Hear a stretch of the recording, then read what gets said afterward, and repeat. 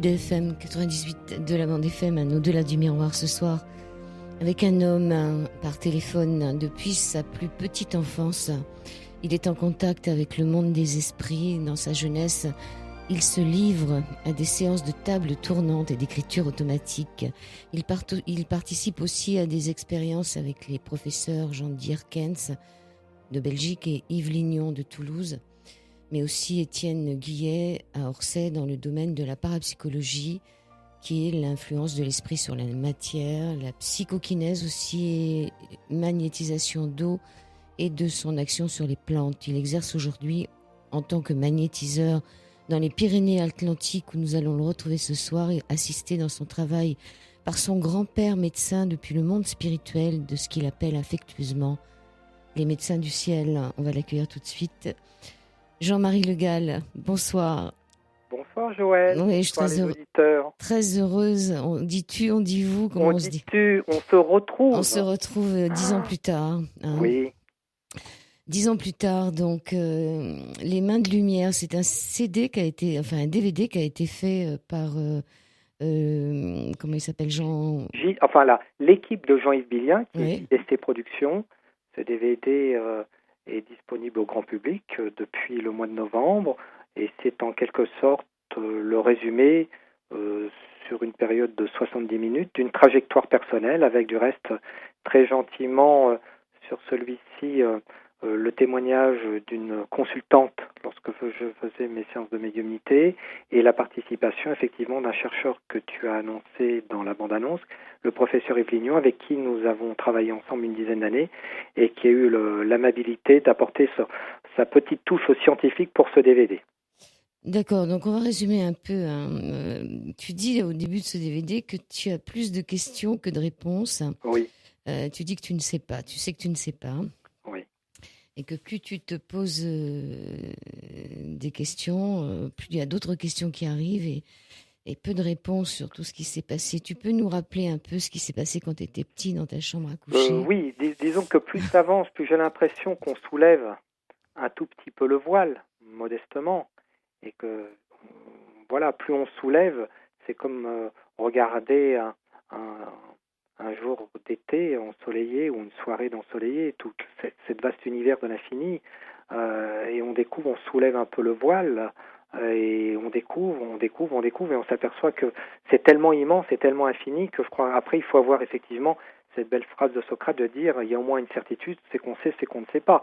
Maintenant, après, j'ai des convictions intérieures, mais je ne veux pas les imposer. Et, pour ce qui est de mon cadre personnel, je tiens à dire au tout départ que je n'ai pas baigné depuis ma tendre enfance dans un milieu social, culturel, qui s'intéressait à ce qu'on appelle classiquement la parapsychologie, la médiumnité.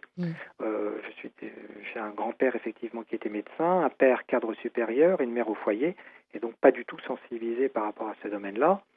Et dans ma prime enfance, j'ai été confronté très très tôt à des phénomènes que je ne comprenais pas. Et par exemple, dans ma chambre à coucher, que je partageais à l'époque avec mon frère, eh bien, une nuit, j'ai vu, sortant de l'obscurité, vraiment comme si le mur de la chambre s'éclairait, et sortir des formes, je dirais, humanoïdes, très lumineuses, qui se sont avancées vers moi délicatement, et progressivement, ces formes ont pris des caractéristiques et des traits humains, d'hommes, de femmes ou des enfants, qui s'approchaient de moi, mais vraiment avec beaucoup de douceur et de délicatesse, et je les voyais circuler autour de moi, et ensuite,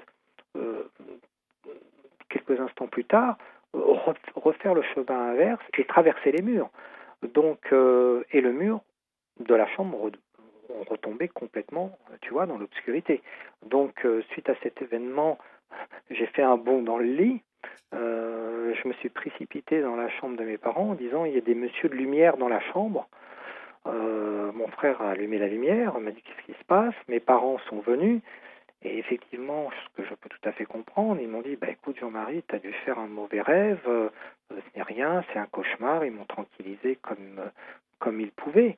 Et ce scénario s'est reproduit plusieurs nuits de suite. Et ensuite, il y a eu d'autres manifestations que connaissent beaucoup d'enfants. Je ne suis pas tout seul à vivre cela. Il faut être effectivement très aussi prudent pour l'état psychique de l'enfant. J'ai commencé à jouer, comme on dit classiquement, avec des enfants imaginaires, comme diraient les psychologues classiques.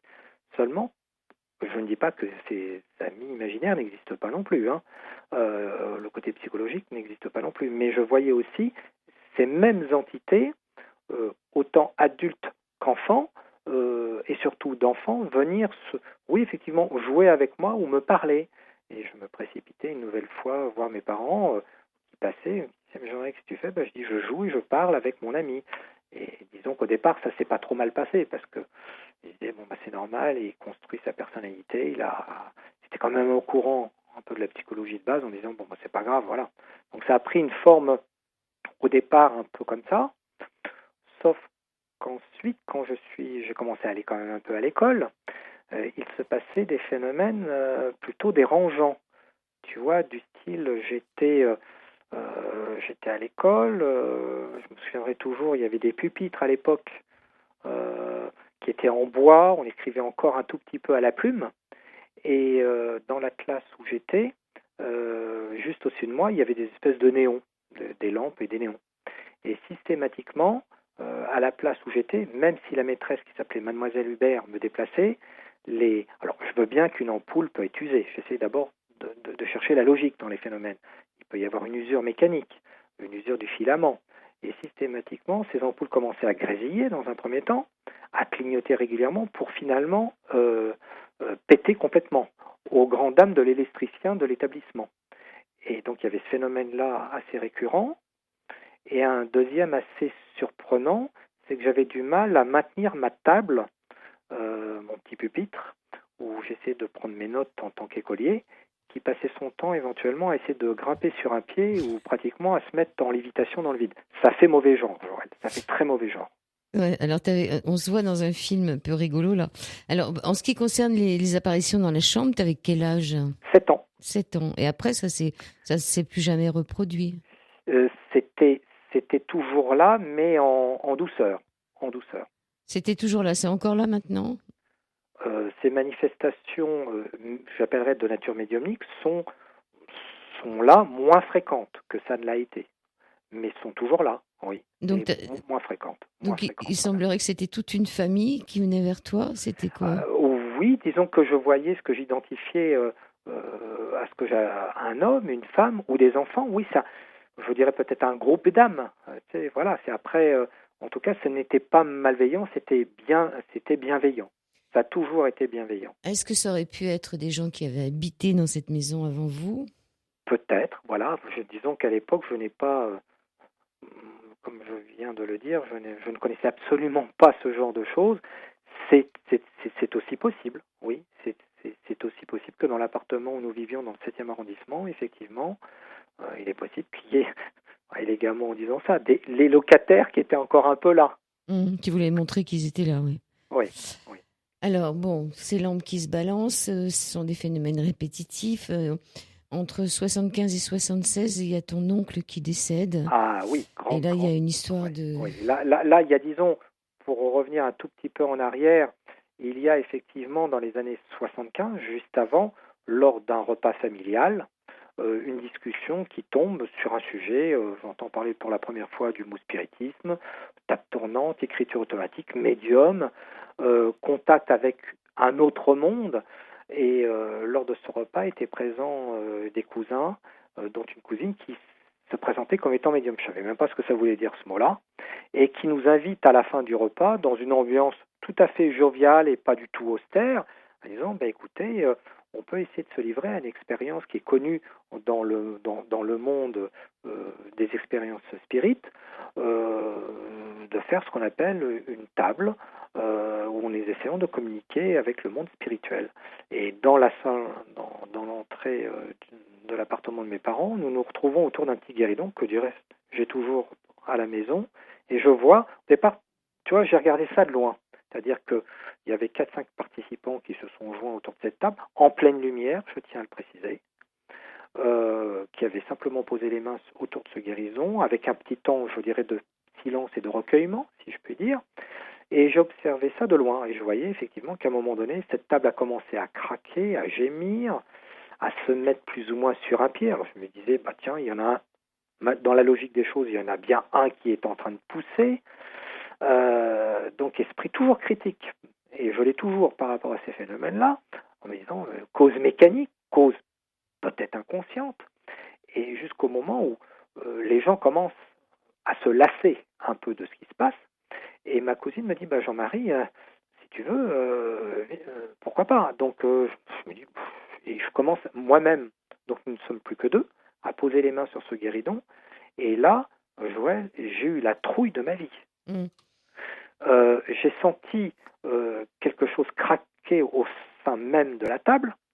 Derrière, à l'époque, mes parents avaient une armoire bretonne qui était fermée, et brutalement, au moment où j'ai mis les mains sur la table, à 2 mètres derrière, sans contact physique, brutalement, les 2 battants de l'armoire bretonne se sont ouverts brutalement, alors que c'était fermé à clé. C'est lourd, une armoire bretonne. Hein. Tu vois, les 2 battants de la porte, avec la clé qui était restée dans la serrure. Ouais.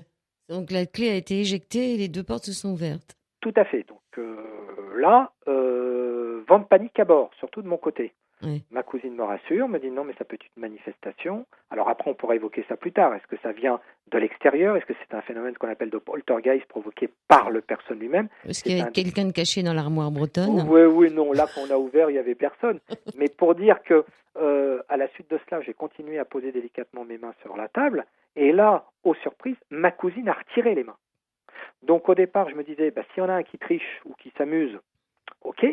Mais là, je suis en tête-à-tête avec mon guéridon, et je vois pas, et ça m'a foutu la trouille. Et j'ai vu à ce moment-là le guéridon glisser sous mes doigts. Je précise bien pour mes éditeurs, glisser sous mes doigts sur à peu près 1 mètre. Donc, et c'est comique comme scène. J'ai rattrapé le guéridon en disant non mais attends, où tu vas toi? Oui, mais moi je pensais pas à ça. Je pensais au chèque. Tu sais, le chèque pour le garage. Oui, non, mais attends. Ah, voilà. Bah, c'est donc, la même histoire voilà. Alors. C'est la suite. Donc il y a cela. Donc ça a été mon premier contact avec ce genre de phénomène. Donc à la. Il faut dire que tu les cherchais. Quelle idée de mettre ses mains sur un guéridon. Non mais près d'une armoire bretonne. Je me prêtais au jeu. C'était un jeu. Et à la suite de ça, en solitaire, ou en allant voir de temps en temps mes cousins et cousines, j'ai commencé à taper du morse, si je peux dire, avec Claude là, tout seul dans mon coin. Et régulièrement, nous nous voyons. Et à peu près dans le milieu de la fin de l'année 75, nous avons une nouvelle réunion familiale à Paris. Et lors d'une séance, nous posons la question effectivement par rapport à cet oncle René, qui devait partir en 76 en Polynésie pour son travail. On questionne, entre guillemets, cette table, et la table nous répond que cet oncle n'ira pas, ne partira pas là-bas. Et à force d'insistance, nous obtenons une réponse que il serait décédé. Nous avons les lettres MORT. Jusqu'à la fin de l'année 75, mi-année 76, je peux te dire que les guéridons étaient mis de côté. Et à ce moment-là, le mois de septembre 76 arrive quelques jours avant le départ de cet oncle en Polynésie, et effectivement, il décède. Il décède comment? Par accident? Crise cardiaque. D'accord. Crise cardiaque. Vous ne l'aviez pas prévenu? Il n'aurait pas pu... non. Vous n'aviez rien dit? Non, crise cardiaque sur son lieu de travail, brutalement. C'est-à-dire que vous ne l'aviez pas prévenu de manière à ce qu'il puisse faire un check-up ou... Non. Disons vous n'aviez pas osé? C'était tellement... Non, tu penses... Et puis, ma cousine me dit, il faut le dire aussi aux auditeurs, le monde de l'au-delà n'est pas un monde de bisounours. Donc, il y a de tout. C'est comme chez nous. Il y a des gens sincères, vrais, honnêtes, gentils, mais il y a des gens pas forcément sympathiques de l'autre côté, et il y a aussi des menteurs. Et des farceurs. Et des farceurs. Donc, on se dit, bénéfice du doute, les observations que nous avions faites et les informations que nous avions reçues, étaient-elles valides ou pas? Et là, on commençait à rentrer dans le concret. Et à la suite du décès de cet oncle, nouvelle réunion de famille, et nous nous prêtons à une nouvelle, avec mes cousins, nous nous prêtons à une séance. Il venait de décéder dans l'après-midi, et comme il était mort sur voie publique à Paris, le corps était parti à la morgue. Mes parents avaient préféré que j'aille rejoindre mes cousins à Saint-Mandé en attendant de me récupérer le soir pour que tout soit mis en place après pour les obsèques. Et pendant cet après-midi-là, avec ses cousins, à un moment donné, dans la boisure de leur maison, ça commence à craquer, on se dit peut-être qu'il y a quelque chose qui veut se manifester. Ils étaient équipés, eux, de leur côté, d'une table avec qui ils faisaient régulièrement des séances. Nous nous mettons autour. Et là, l'entité, entre guillemets, se présente comme étant René, mon oncle, et dit pour la première fois quelque chose, Jean-Marie, écriture automatique, plus facile et plus rapide. Alors je regarde un peu dubitatif mon cousin, me dit qu'est-ce que c'est que ça? Alors comment expliquer qu'il est possible aussi d'avoir un contact avec le monde spirituel par ce qu'on pourrait appeler de l'écriture inspirée ou par un mécanique d'écriture automatique. Et là, au bout de quelques instants, je sens une main tiède se positionner sur la mienne et commencer effectivement à dire quelque chose qui n'est pas du tout spirituel, qui est très ras le gazon, qui disent tout simplement « Excusez-moi, j'ai oublié de remettre le chèque pour le garage pour la voiture ». Alors, c'est pas transcendant comme message. Et c'était René qui disait ça. Et c'était René qui disait ça. Et pour résumer, quelques heures après, et surtout le lendemain, nouvelle réunion familiale, y compris avec ma tante. Lors de ce repas un peu improvisé, comme son mari était mort sur voie publique, elle n'a récupéré que plus tard son portefeuille. Et lors de ce repas, je dirais effectivement dans l'émotion, dans les larmes, et dans tout ce que ça peut comprendre lorsqu'on perd un être cher, elle laisse tomber par terre le portefeuille qu'elle avait de son époux. Et lorsqu'il tombe par terre, en le ramassant, il y avait un petit bout rose de papier qui dépassait. Et au lieu de le rentrer, Joël, à l'intérieur, spontanément, elle le tire. Pour dire, qu'est-ce que c'est que ce truc? On la regarde d'un air aussi un peu interrogateur. Et là, elle nous regarde et dit, vraiment, ton oncle n'avait plus la tête à lui. Il était déjà sous les cocotiers, parce qu'ils avaient se rendre en Polynésie. Il a oublié de remettre le chèque pour le garage pour la voiture. Alors, ça soulève un problème qui date depuis la nuit des temps et depuis cette frontière toujours qui s'affronte. Et je pense que les deux points de vue ne sont pas antagonistes, ils sont complémentaires. Celui de ce qu'on pourrait appeler les spirites et les spiritualistes et les parapsychologues. D'un côté, les spirites ou les spiritualistes parleraient effectivement qu'il y a un monde subtil qui est près de nous et qui peut communiquer avec nous, et que la mort n'est pas une fin définitive de l'esprit, de l'âme ou de la conscience, selon les cultures, et qu'elle peut perdurer après la mort du corps physique et se manifester par l'intermédiaire de sensitifs qu'on appelle des médiums. Et de l'autre côté, les parapsychologues ou les métapsychiques de l'époque disent non, il n'y a pas du tout de vie dans l'au-delà, il n'y a pas de mort qui peuvent se manifester, c'est simplement des facultés psychiques non connues de la psyché et du cerveau, et qu'éventuellement, troisième possibilité, il y aurait une mémoire qu'on pourrait appeler une mémoire akashique, un conscient collectif, où le sensitif pourrait effectivement capter ce type d'information. Je laisse le débat ouvert. On va faire une pause, on reviendra dessus juste après.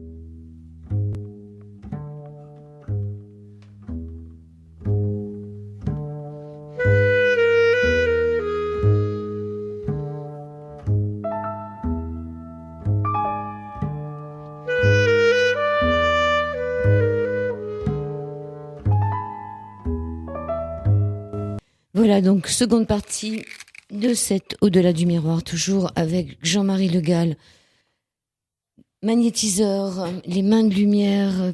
En première partie de cette émission, on a parlé un peu du début de ce DVD, les mains de lumière, et tu te posais la question de savoir s'il y avait trois possibilités quand on atteint comme ça des lieux où il y a des réponses, où il y a des réponses à des questions qu'on ne s'est pas posées. Parce que tu disais qu'il pouvait y avoir peut-être une bibliothèque ou je ne sais quoi. Oui, j'évoquais l'hypothèse spiritualiste de la survie de la conscience après la mort, avec effectivement une possibilité de contact avec ce monde spirituel, pour faire très simple. La deuxième possibilité, effectivement, que cette information, pour résumer, pourrait être en quelque sorte comme un flash de clairvoyance anticipée, ce qui est du domaine de la recherche de la parapsychologie et de ce qu'on appelle les métapsychistes de l'époque du 19e siècle. Et effectivement, tout ce qui touche le courant un peu psychanalyste, pas forcément freudien, mais jungien, et on rejoint effectivement toutes les grandes traditions aussi d'Orient, qui parleraient qu'il y aurait en quelque sorte comme une mémoire ou un stockage qu'on appelle les mémoires akashiques, ou dans un autre mot aussi que Jung a appelé l'inconscient collectif, comme quoi l'information subtile que j'aurais obtenue, en quelque sorte, j'aurais puisé dans cet inconscient cette information-là. Et c'est en quelque sorte comme chercher une aiguille dans une botte de foin. Et voilà, c'est l'éternel dilemme, d'où vient l'information. Parce que D'où vient l'information? Mais là, voilà. en ce qui concerne cette histoire de chéquier oublié, enfin de chèque oublié, vous étiez quand même en train de connecter l'oncle René, on est d'accord? Je pense, voilà. Après, Joël, c'est une conviction d'ordre intime et personnel. Je pense que dans d'autres expériences qui ont été réalisées par la suite, les différentes explications hypothétiques d'un inconscient collectif ou d'une information ou d'une information voilà, venant d'une source classique pouvait être éliminée. Je pense que là, dans un certain nombre de cas, on peut tenir compte de l'hypothèse de la survie de l'esprit. Alors tout ça, tu es quand même relativement jeune, donc tu te lances un peu dans l'écriture automatique. Oui. Il y a aussi cette carte de la fameuse femme dessinée Eva, là. Ah, alors là, oui, anecdote aussi. C'est-à-dire que ensuite, et je m'en suis pas trop mal tiré, c'est devenu en quelque sorte, au départ, un jeu qui peut être très dangereux, je tiens quand même à le dire. C'est-à-dire que j'avais 17-18 ans, je ne connaissais absolument rien, c'était une curiosité au départ, il faut bien le préciser, c'était un amusement, comme font du reste beaucoup de jeunes qui s'amusent à faire l'écriture automatique, à faire des tables ou faire du Ouija, beaucoup d'adolescents, et à ce moment-là, comme je le dis maintenant, on ouvre la porte sur qui, sur quoi. Et donc, je me livrais régulièrement à la maison. J'avais trouvé ça fort sympathique. Mes petits copains, mes petites copines, enfin, ou même quand j'avais 13-14 ans, on disait, bah, Jean-Marie, tiens, on va aller au ciné, on va faire une sortie, pas en boîte, mais voilà, on va être ensemble. Et moi, je trouvais ça assez fade. J'avais trouvé un pôle d'intérêt beaucoup plus intéressant. Et donc, l'autre phénomène que tu viens d'évoquer est assez déroutant. Là, il s'est passé une nuit. C'était dans les années 84. Je suis réveillé en pleine nuit par des bruits comme des coups dans les murs. Donc instinctivement, j'allume. Là, j'habitais à l'époque dans le 15e arrondissement rue du Théâtre. J'avais un petit studio. J'allume, je constate un peu embrumé. Je vais à la porte, je regarde si quelqu'un n'avait pas tambouriné. C'est le silence. Je n'entends rien au-dessus de mes voisins. J'entends rien en dessous. Je me recouche. Et là, à ce moment-là, au moment où j'éteins la lumière, je sens que mes draps, que j'avais remontés sur moi, parce qu'ils étaient assez frais, glissent. Je dis bien, Joël, glisse. Comme si on me les tirait. Donc, j'allume la lumière et là, je constate que les draps sont au pied de mon lit. Donc, je me dis peut-être inconsciemment ou machinalement, j'ai peut-être poussé avec mes pieds. Donc, je me remonte les draps. J'éteins la lumière, de nouveaux coups dans les murs, je rallume la lumière et là je vois tout doucement, je dis bien tout doucement, les draps glisser jusqu'à mes pieds. Alors là un peu le réflexe, un peu on touche pas à mon drap, tu vois, je prends mon drap, je le ramène vers moi et j'entends vraiment des coups bruyants dans le mur. Et là, effectivement, vu de loin, on peut se dire le gars il est complètement cinglé. Je m'exprime en disant écoutez, je ne sais pas qui vous êtes, j'ai envie de dormir, foutez-moi la paix, c'est vraiment pas le moment. Et j'entends par clairaudience une voix à l'extérieur qui me dit « Jean-Marie, j'ai un message à donner ». Donc ça insiste tellement que je prends une feuille de papier et je commence effectivement à écrire des lettres progressives avec un message qui est écrit « Ici, Pierre Péquois, 20 décembre 1941, classe de mathématiques, 3e degré, classe de Clermont-Ferrand. Notre supérieur s'appelait Arié. » Et quand le message est terminé, en nouveau par clairaudience, j'entends le mot, quand tu parleras à ton père de ce que tu viens de recevoir, tu n'oublieras pas de lui parler de Eva. Et à la suite de cette écriture, tout rentre dans l'ordre. Plus de coups dans les murs, tout est calme, je me rendors comme je peux, et le lendemain, j'étais invité chez mes parents pour aller manger chez eux. Donc j'arrive à la maison, je me dis, mais je ne sais pas du tout comment je vais faire. Puis la conversation, comment ça va, un peu les banalités. Et je dis à mon père, Albert, le prénom de mon papa, écoute, j'ai reçu quelque chose d'un peu curieux cette nuit, je te l'ai amené, je ne sais pas si c'est délirant ou pas, si ça va te parler, et je lui montre ce papier qui était en écriture chromatique et que j'ai gardé très soigneusement depuis toutes ces années.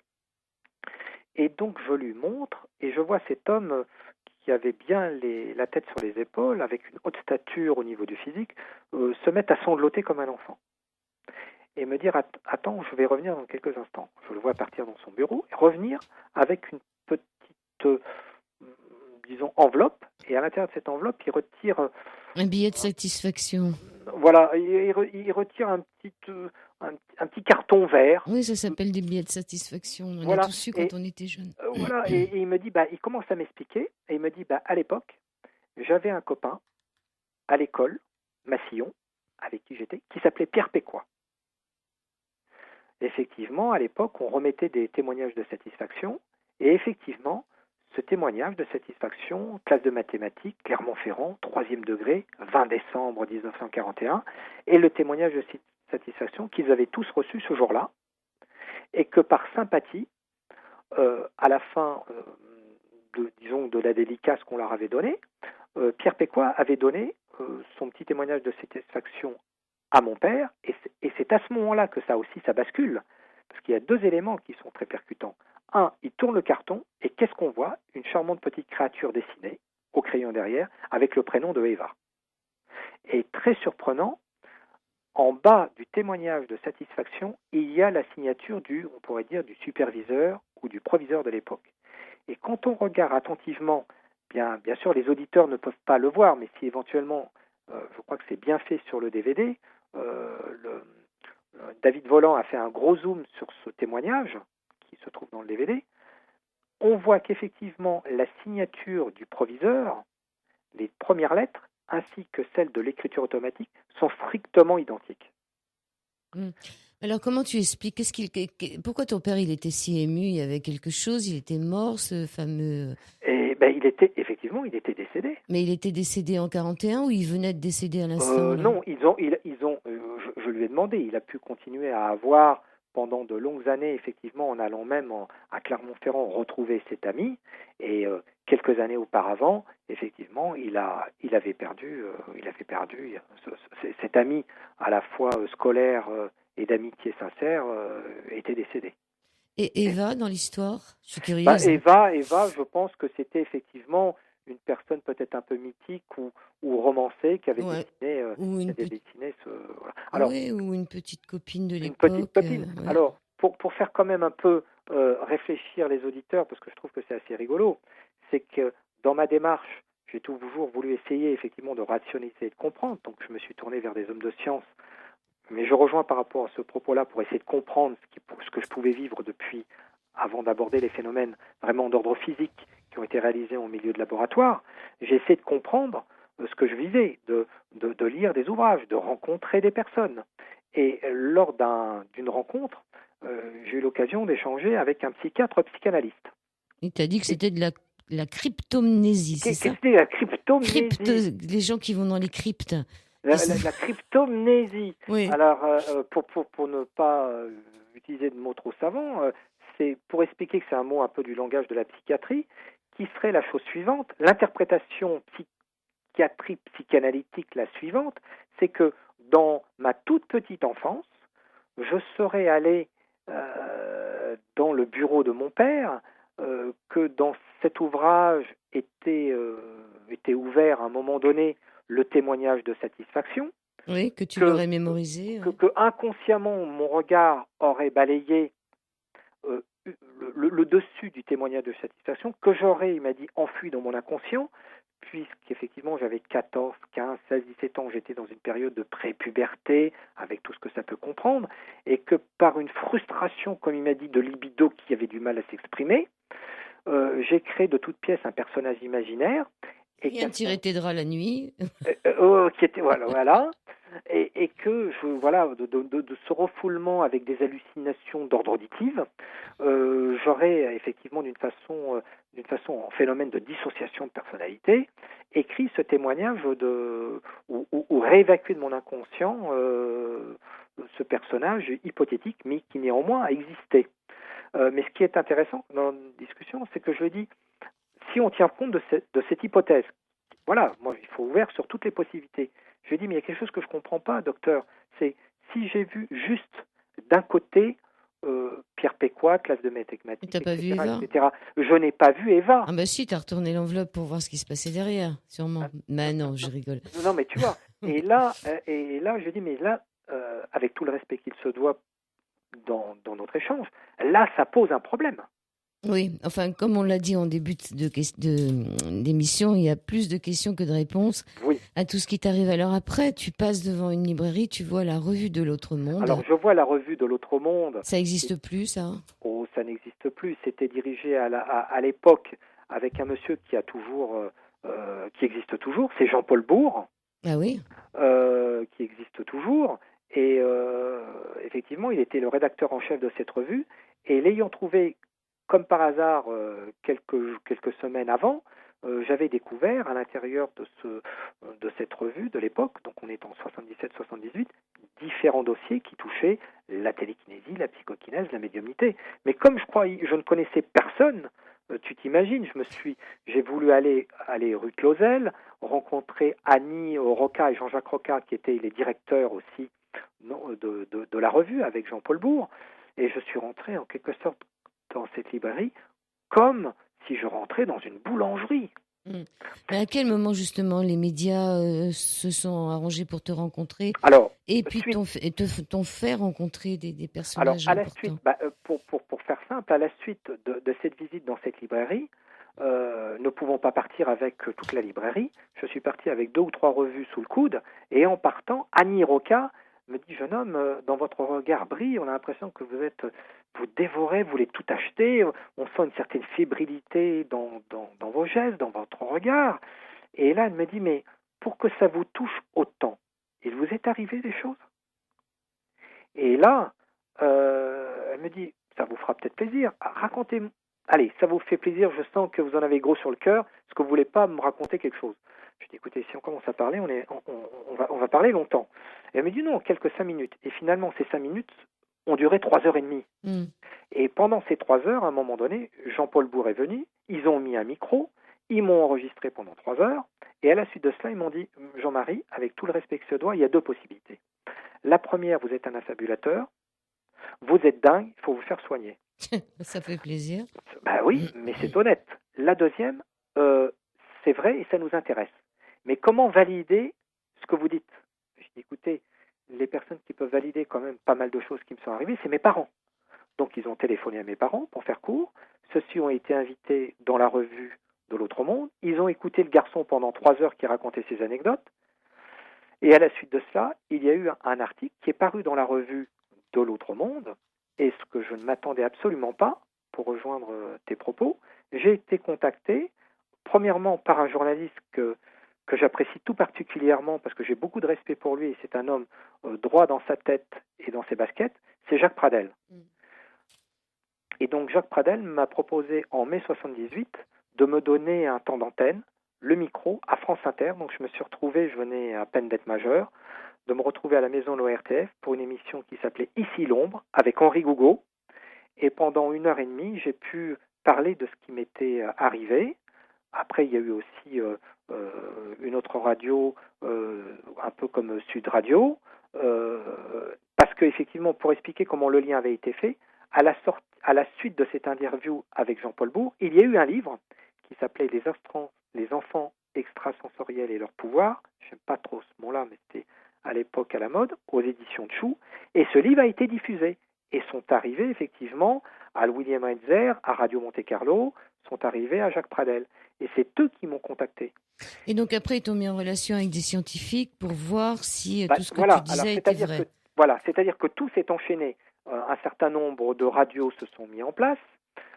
Dans les années 80, j'ai fait une première émission de télévision invitée par Patrice Laffont et Alain Bougrain-Dubourg le 9 janvier, pour être précis, 1980, à l'abbaye de Mortemer en Normandie.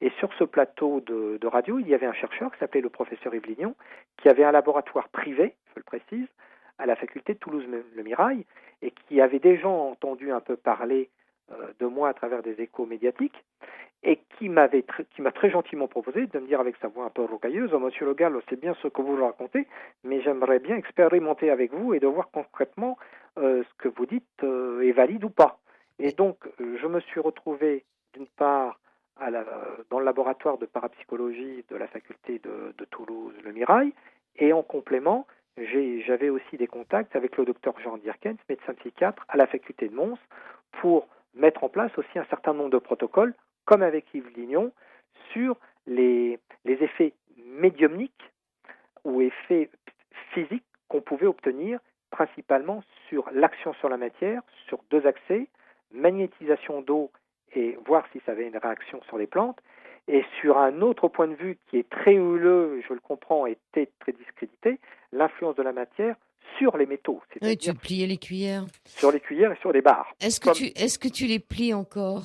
Très peu. Oui, parce qu'il te faut de l'énergie pour ça. L'énergie, et puis je n'en vois pas du tout. Quelle utilité, oui. Quelle utilité. Et j'ai fait la connaissance, que je salue au passage, un ami de longue date maintenant, que j'ai eu du reste ce matin au téléphone, et je dirais que moi je suis un petit poussé à côté, qui est mon ami sujet psy Jean-Pierre Gérard, le sujet psy français qui a réalisé des expériences excessivement rigoureuses en milieu de laboratoire aussi. Donc je me suis prêté, autant avec Yves Lignon qu'avec le docteur Dierkens, et un peu avec le professeur Denguillet, Orsay, à des expériences de type magnétisation d'eau, et plus spécifiquement avec Yves Lignon et le docteur Dierkens, effectivement sur des essais au départ, sur des barres, pour voir si, sans trucage, je le précise, sans trucage, s'il pouvait réellement se passer quelque chose. Et là, ils ont pu constater par eux-mêmes, dans différentes expériences qui ont été faites, qu'effectivement, eh bien, ces barres se tordaient. Alors, Jean-Marie Le Gall, on a vu un peu tout ce qui s'est passé avant, et on va essayer, après la pause musicale, de voir où tu en es maintenant, qu'est-ce que tu es devenu et qu'est-ce que tu fais. À tout de suite.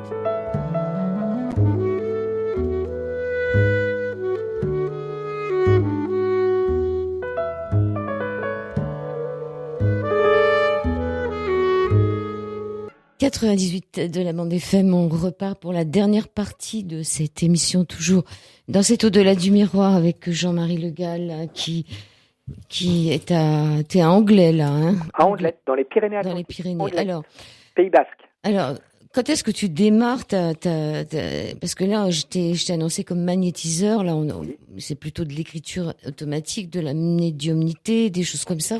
À quel moment tu as découvert que tu étais magnétiseur, et qu'est-ce que tu deviens maintenant? Qu'est-ce que tu fais? Magnétiseur, disons que dans l'année 73, mon grand-père, qui était médecin, me fait une promesse avant son décès, assez surprenante, me disant: comme tout grand-père, je t'aime et je continuerai à t'aimer. Bon, ça, juste là, il n'y a rien de paranormal, mais me fait une annonce un peu curieuse. Nous sommes en 73. Me dit: je vais passer de l'autre côté dans l'au-delà, et en temps et heure, avec les médecins du ciel, je travaillerai à travers toi, et tu soigneras les gens. Je ne comprenais absolument pas ce que ça voulait dire. Et donc, j'ai voulu devenir médecin. Je n'en avais pas les capacités mathématiques et scientifiques. Donc, dans les années 85, j'ai eu une formation de naturopathe. Après, effectivement, j'ai eu la chance, sur mon chemin, de rencontrer une magnétiseuse dans le sud-ouest. Et après avoir fait des essais non volontaires en magnétisant le brave chien du paysan où j'allais en vacances, j'ai vu qu'effectivement, entre autres, ce chien qui était malade, qui avait un problème de dermatose, on dirait maintenant, que les poils repoussaient, que ça allait mieux. Donc il m'avait traîné cette magnétiseuse aussi, en me disant tout simplement: t'as le don, petit. Et je lui avais dit: qu'est-ce que je fais? Et elle m'avait dit en quelque sorte: débrouille-toi. Et donc j'ai lu des livres, enfin pas mal de littérature classique dans ce domaine-là. Et effectivement, dans les années 84-85, un peu épuisé aussi de toutes ces expériences un peu médiatiques et scientifiques à quoi je me suis prêté, y compris des expériences en milieu hospitalier en 84 à l'hôpital Paul Brousse avec le professeur Schwarzenberg, expérience qui était du reste passée au placard et censurée, parce qu'elle était trop gênante puisqu'il y avait des résultats très intéressants. J'ai décidé d'arrêter tout type d'expérience de nature parapsychologique et de me dire, bon, si au lieu de tordre des cuillères, faire monter des thermomètres, ça peut être un peu plus utile, j'ai commencé bénévolement à recevoir des gens en utilisant au départ les techniques classiques de magnétiseur que connaissent tous mes confrères et mes consoeurs. Alors, est-ce que ton grand-père, finalement, il se manifeste? Et et c'est lors, justement, d'une des séances dans les années 85 classiques où je commençais à donner des conseils de naturopathie et en fin de consultation de donner effectivement ou faire des petites séances classiques de magnétisme que j'ai vu, lors d'une de ces séances, traverser une nouvelle fois le mur 3 formes humanoïdes et lumineuses, et dont une qui s'est matérialisée comme étant mon grand-père, médecin. Tu l'as reconnu? Je l'ai reconnu, accompagné de 2 médecins avec assez surprenant, un stéthoscope autour du cou. Alors, comment tu peux accepter le fait que de là-haut, il continue à soigner par l'intermédiaire des vivants? Je ne fais que constater, Joël. Ouais. Voilà, tu sais, quand ça m'est arrivé, j'ai vu se matérialiser ces 3 personnages. J'ai vu, très déstabilisant, mon grand-père s'approcher de moi, pencher ses mains de lumière sur les miennes. D'accord. Et là, j'ai eu un phénomène comme il se passe par un grand médium qui est maintenant décédé, qui s'appelait George Chapman, qui a incorporé un médecin qui était un ophtalmologue de l'époque, qui s'appelait le docteur William Lang. Et là, je vois que je bascule dans un état de semi-conscience entre la veille et le sommeil, et je sens que je suis non plus en écriture automatique, mais en pilotage automatique, avec une sensation très nette qu'on me met des instruments dans les mains. Oui, et puis qu'il y a d'autres personnes que tu n'es pas seul à soigner, ça c'est clair. Les patients, des fois, le ressentent aussi en se disant... ou l'ont vu. Donc là, ma vie, en quelque sorte, prend un nouveau tournant, et progressivement, au fur et à mesure, je continue à faire quand même un peu d'expérimentation dans le domaine de la parapsychologie, mais vraiment après, je laisse vraiment tomber, et progressivement, le bouche-oreille se met en place, et au fil des années, j'essaye modestement, je tiens à le préciser, avec beaucoup de rigueur, d'éthique, d'essayer du moins d'aider ou de soulager les personnes qui viennent me voir à l'heure actuelle, effectivement à mon cabinet d'Andelette, et aussi ce qui peut être déstabilisant pour notre culture aussi, et notre façon de voir, pour travailler de la même façon quand les gens ne sont pas là, mais par l'intermédiaire d'un support de travail photo. Et là, juste détail intéressant à signaler, c'est comme s'il se matérialisait en 3D, sortant dans la photo, comme un hologramme, la représentation, je dirais, du corps, entre guillemets, subtil ou énergétique de la personne. Alors, en ce qui concerne ta médiumnité, je ne sais plus si c'est toi qui m'avais dit qu'en accompagnant quelqu'un à l'hôpital, tu étais bien embêté avec tout ce qui traînait dans les couloirs. C'est toi qui m'avais dit ça, j'ai une bonne mémoire. Oui. Est-ce que au niveau de la médiumnité, tu es toujours embêté avec... Disons qu'elle s'est... Je crois qu'à un moment donné, du reste une grosse partie de ma vie, tout à fait bénévolement, indépendamment de mon activité de travail, tant dans l'éducation nationale que j'ai eue qu'en tant que magnétiseur, j'ai toujours reçu un tout petit peu des gens tout à fait bénévolement pour essayer d'établir des contacts, je dis bien, modestement, d'essayer d'établir des contacts médiumniques. Parce que ça ne marche pas tout le temps. Je ne suis ni le France Télécom, ni l'Internet de l'au-delà, comme je l'ai dit avec mon ami, le docteur Jean-Jacques Charbonnier. Oui, mais est-ce que c'est pas eux, finalement, qui décident ou pas? C'est eux. Je pense que on peut très bien avoir un très beau violon, sans prétention, mais il faut avoir un archer. Et donc, à un moment donné, de plus en plus, cette approche classique du magnétisme, j'appellerais ça un peu le côté plomberie, où on va effectivement, un peu comme un ostéopathe, voir comment est positionnée la structure énergétique, travailler effectivement sur les centres d'énergie qu'on peut appeler les chakras. Je dirais que ça, c'est le côté plomberie. Ça, c'est de la technique.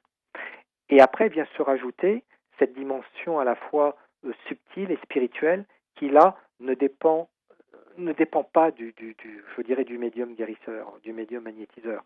Là, c'est vraiment l'humilité, laisser faire, laisser être les choses. Et là, je passe le relais à quelque chose qui n'est plus de la technique, mais qui est beaucoup plus grand que moi et qui, je t'avoue, en toute sincérité, me dépasse complètement.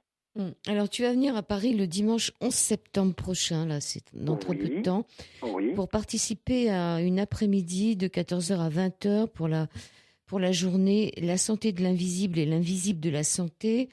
Ça se passe au théâtre Adiar, 7 Square Rap, dans le 7e arrondissement. C'est organisé par Charles-Maxence Layet, qu'on avait eu ici, qui s'occupe de la revue Orps, et de Stéphane Alix, non, de qui Non, ça sera Marie-Alix. Pour ma part, il y aura une table ronde l'après-midi. Je n'ai pas encore tout à fait les horaires, mais j'étais très gentiment invité à participer à une table ronde, je pense en milieu d'après-midi, avec différents orateurs et oratrices. Et cette table ronde est supervisée par mon ami cinéaste Jean-Yves Billien. Et pour ma part, dans le cadre de ces tables rondes, je crois qu'il y aura la représentante nationale du GNOMA qui sera là. Il y aura un confrère ou une consoeur magnétiseuse. Il y aura un barreur de feu. Et pour ma part, j'aurai un petit temps de parole pour expliquer peut-être un peu la spécificité de l'approche, celle de l'aide à travers l'intervention aussi du monde spirituel.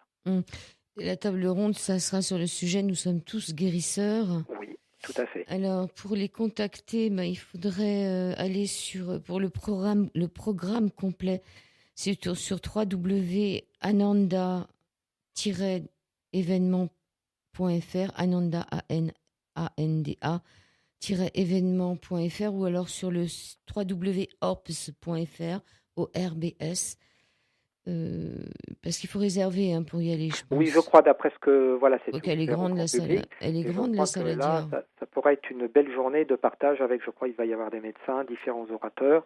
Et voilà, moi je fais dans le cadre de table ronde une petite intervention. Donc le 11 septembre, c'est dans 2 semaines, à peu près. Dans à peu près 15 jours. 14h à 20h à la salle Adiar, au théâtre Adiar, Square Rap. Où nous nous étions retrouvés il y a 10 ans. Oui, c'est vrai. Ça correspond effectivement là où il y avait d'autres prestations. Et c'est là que nous nous étions rencontrés. Nous avions vécu du reste des anecdotes. Dans la rue de la Vierge. Dans la rue, là aussi. Tu as eu, si je peux me permettre par rapport aux éditeurs, tu as eu un bagou extraordinaire, alors que nous faisions cette interview complètement improvisée dans la rue, d'interpeller cette brave dame qui a eu la gentillesse de nous amener chez elle avec un immense goéland derrière. Qui est un symbole fétiche et qui effectivement, lorsque nous sommes sortis, parce que cette dimension spirituelle de la Vierge Marie est importante, du personnage marial est importante pour moi et dans ma vie, nous sommes retrouvés à la fin de l'interview, avant de nous faire la bise et de partir chacun de notre côté, aux grandes stupéfactions, c'était passage de la voûte et c'était effectivement passage de la Vierge. Une synchronicité. Mais ça, je l'avais remarqué avant ce passage. Et j'étais sûre qu'il y a une porte qui se serait ouverte parce qu'il fallait faire une interview dans très peu avec très peu de bruit autour. Oui. Toi, pour te retrouver, donc, on peut aller sur www.Jean-Marie tout attaché, Jean-Marie Le Gall avec 2L.com. De toute façon, vous tapez Jean-Marie Le Gall, vous tombez sur le site. Oui.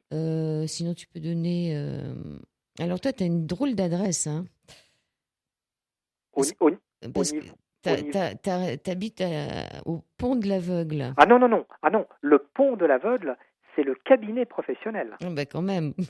Oui, et c'est une drôle d'adresse. Et en plus, il n'y a pas trop de ponts qui sont là.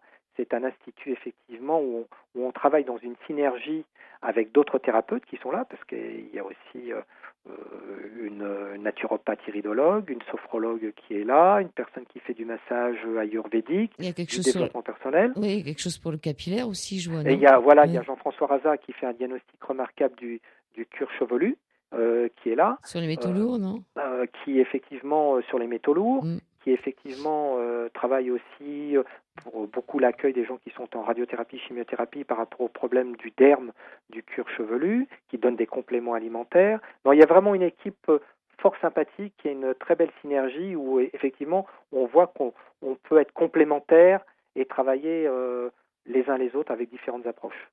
Donc l'adresse qui est qui est indiqué sur le site, sur l'aspect contact, et je précise bien, et l'adresse, non pas privée, mais l'adresse Oui, mais c'est professionnelle. quand même ton adresse. Enfin, c'est une adresse où Oui, on te retrouve. pont de l'aveugle, oui. Le pont de Oui. l'aveugle. Est-ce que tu sais pourquoi ils ont construit un pont pour l'aveugle? Je ne sais, Non, je tu ne t'es sais pas pas. posé la question. Bon. Voilà, j'ai été tout à fait surpris, surtout que l'Institut est facilement trouvable. Il y a, d'après ce que m'a dit mon épouse Nathalie, un petit pont qui est pas très très loin, mais c'est pas quand même le pont comme on peut se l'imaginer. Oui, c'est un petit pont. Alors, est-ce que Oui. tu veux donner ton téléphone? Alors, le téléphone où je peux être joignable principalement le matin lors de mes permanences téléphoniques, c'est le 06 37 08 18 39.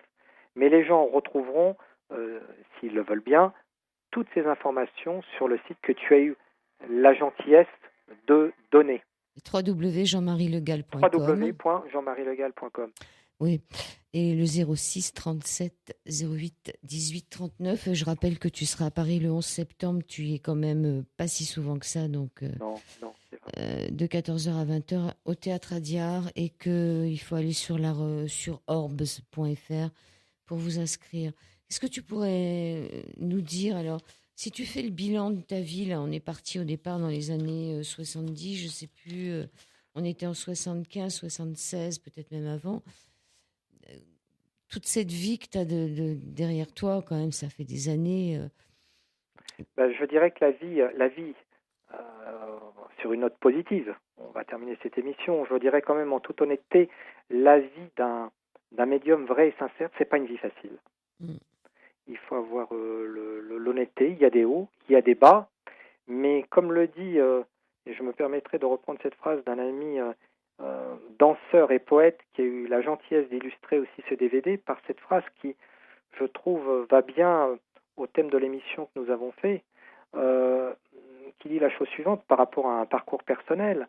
Johan Huo dit la chose suivante: peu importe l'histoire de notre vie, c'est ce que nous en faisons qui en fait une réalité lumineuse. Et ça me parle beaucoup, Joël, ça. Oui. Et je crois que, voilà, j'ai vécu cette médiumnité que je n'ai pas demandée, du moins je m'en souviens pas consciemment. J'ai essayé de faire, et je continue d'essayer de faire beaucoup et de faire pour le mieux.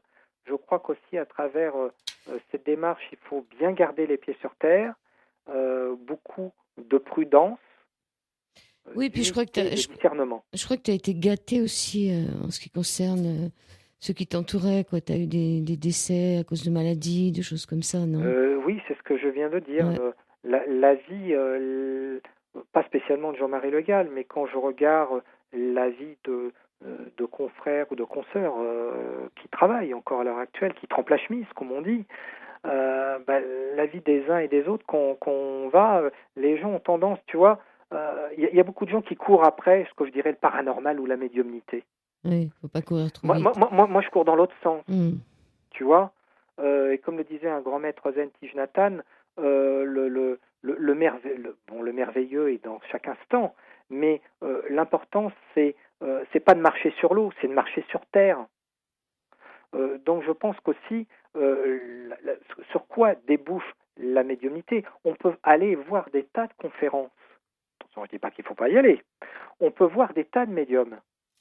On peut aller à des conférences sur la médiumnité et voir des médiums en privé. Mais quand on touche ce subtil, on peut tourner en rond longtemps. Qu'est-ce que ça fait que ça bouge dans notre vie ici et maintenant et au quotidien? Quelle est la transformation, la métanoïa, la transformation intérieure? En quoi ça nous rend meilleurs et ça nous transforme?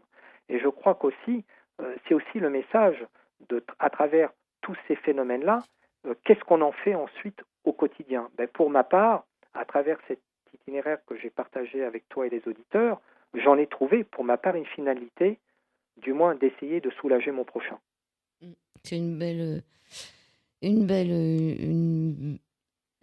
finalité. Voilà. Jean-Marie Le Gall, L-E-G-A-2-L, Les mains de lumière, réflexion d'un sujet psy, soins et médiumnité avec l'intervention du professeur Yves Lignon Et de Maryse là-bas, c'est un DVD que l'on trouve...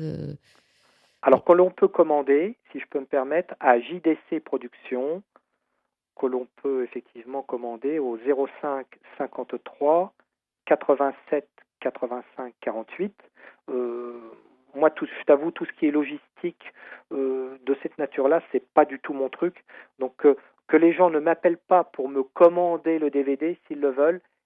S'ils veulent le commander, ils peuvent le commander directement à l'adresse que je viens de donner.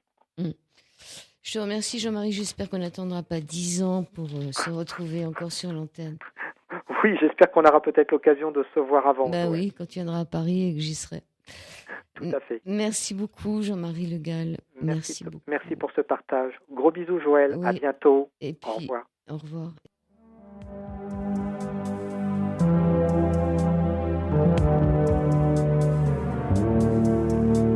Quand je sortirai de mon corps, comme un papillon, mieux encore,